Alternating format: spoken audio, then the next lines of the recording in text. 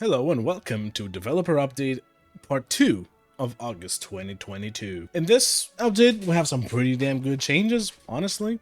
They're all coming on August 30th with Wesker, so let's go ahead and look at this. They have decreased a lot of prices in the Bloodweb, which is very good. It's gonna make the grind even less, and it might actually make this new prestige system equal or better than the old one. So now event and common items cost 2000 blood points, uncommon one costs 2500, rare ones cost 3250, very rare cost 4000, and ultra rare cost 5000. That's very good changes. I am very excited. It's gonna make leveling up much better. They explain here why they don't just increase blood point gains, and I mean, they make a good point. Oh well, let's move on. Camping and tunneling. They're increasing the haste and endurance effects when you get unhooked from 5 seconds to 10 seconds, and also increasing the speed boost from 7 to 10%. So that means that you go 110% basically for the 10 seconds, with borrow time is probably going to go up to 15, maybe 20. I'm not sure. We'll have to see it. That means that if you're against a 110 killer, you just go the same speed as them. They cannot catch up. And if they're 115 killer, they can barely catch up. Especially if you have something like Hope in the end of the game, no one left behind. Maybe the guy that saved you has Babysitter or Guardian, how it's called now. It's gonna be very good. Also, they are bringing back old metal. Good. That new change for metal was shit. It made a weak perk just absolutely bad. They said that you don't want to make the perk weaker, so now they're reverting it back to the old Medal of Man, and it gives a unique protection effect that is not endurance, so it will not be cancelled by conspicuous action, which is very good. As for changes from the PDB, they are buffing Wesker a lot. First of all,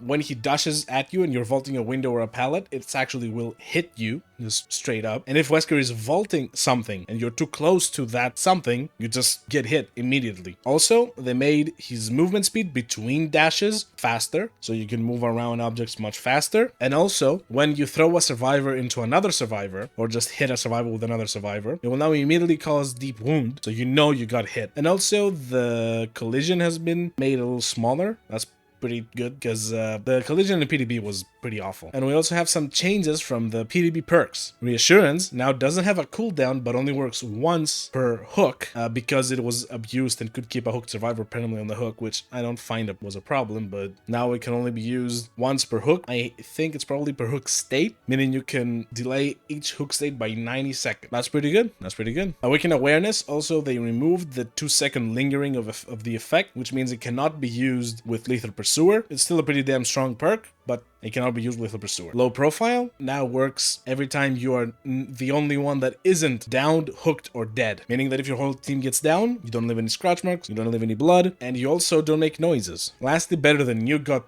a pretty sizable buff. It goes from 6 to 16 action speed, but it's only on healing, chests, totems, not repairing. That's pretty good. And also does not have a duration. It stays up as long as the survivor is healthy or doesn't get injured or hit again. Pretty good. Finally, they're removing some pallets from RPD. It's still a pretty shit map, in my opinion. They just made one shit map into 2 shit maps, but at least maybe with less pallets, it's gonna be a little better. That's it for me. What do you think about these changes? And I'll be back on August 30th for the patch notes and maybe some breakdown of new changes. See you then.